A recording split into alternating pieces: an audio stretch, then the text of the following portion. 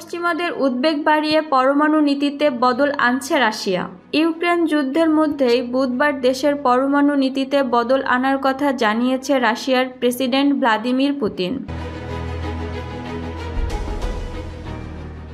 তার এই কাজ পরমাণু আক্রমণের রাস্তা প্রশস্ত করল বলেই মনে করছেন বিশেষজ্ঞরা। রাশিয়ার প্রেসিডেন্টের বক্তব্য, পরমাণু শক্তিধর কোনো দেশ পরমাণু শক্তি নেই এমন দেশকে সাহায্য করলে তা যৌথ আক্রমণ বলে ধরে নেওয়া হবে।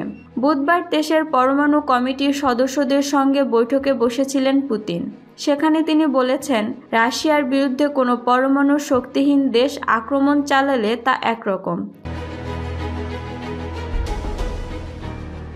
কিন্তু সেই দেশ যদি পরমাণু শক্তিধর অন্য দেশ বা একাধিক দেশের থেকে সাহায্য পায় তাহলে রাশিয়া বিষয়টি যৌথ আক্রমণ হিসাবে ধরে নেবে এবং সেই মতো ব্যবস্থা নেবে।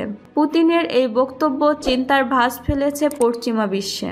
ইউক্রেন সাহায্যকারী দেশগুলির কাছে দূরপাল্লার মিসাইল চেয়েছে। তারা রাশিয়ার ভেতরে আক্রমণের কৌশল নিয়েছে। অগাস্টে তারা রাশিয়ার সীমান্ত অঞ্চল তুরস্কের একাংশের দখল নিয়েছে। ইউক্রেনের প্রেসিডেন্ট ভলোদিমির জেলেনস্কি সম্প্রতি বলেছেন, ইউক্রেনের পরমাণু চুল্লিগুলোতে আক্রমণের ছক কষেছে রাশিয়া। যেভাবেই হোক তা রোখা প্রয়োজন। পুতিন জানিয়েছেন, 1999 সালে বেলারুশের সঙ্গে রাশিয়ার বিশেষ চুক্তি হয়েছিল। বেলারুশ রাশিয়ার কাছে বন্ধু। বেলারুশে কোনো রকম আক্রমণ হলে রাশিয়া পরমাণু অস্ত্র ব্যবহার করতে বাধ্য হবে বলে জানিয়েছেন পুতিন। বস্তুত ইউক্রেন যুদ্ধে বেলারুশ গুরুত্বপূর্ণ ভূমিকা পালন করেছে। তারা সরাসরি ইউক্রেনে সেনা না পাঠালেও রাশিয়ার সেনার জন্য রাস্তা খুলে দিয়েছে। পুতিন জানিয়েছে, বেলারুশের আকাশ ব্যবহার করে ইউক্রেন রাশিয়া মিসাইল ছুড়েছে, বিমান পাঠাচ্ছে। এমনটা আর হতে দেয়া যাবে না। সরাসরি পরমাণু অস্ত্র ব্যবহারের হুমকি দিয়েছে তিনি।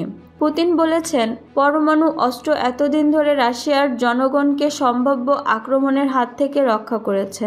রাশিয়ার হাতে পরমাণু অস্ত্র আছে একথা জেনে বহু দেশ রাশিয়া আক্রমণ করেনি।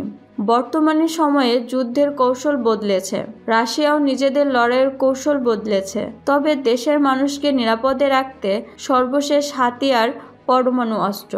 আর কোনো উপায় না থাকলে রাশিয়া ওই অস্ত্র ব্যবহার করতে বাধ্য হবে। এসব কথা বলার সময়েই পুতিন জানান, দীর্ঘদিন ধরে বিশ্ব শান্তি বজায় রাখতে বিশেষ ভূমিকা নিয়েছে রাশিয়া। তবে রাশিয়ার ওপর আক্রমণ হলে তার জবাব দেয়া হবে।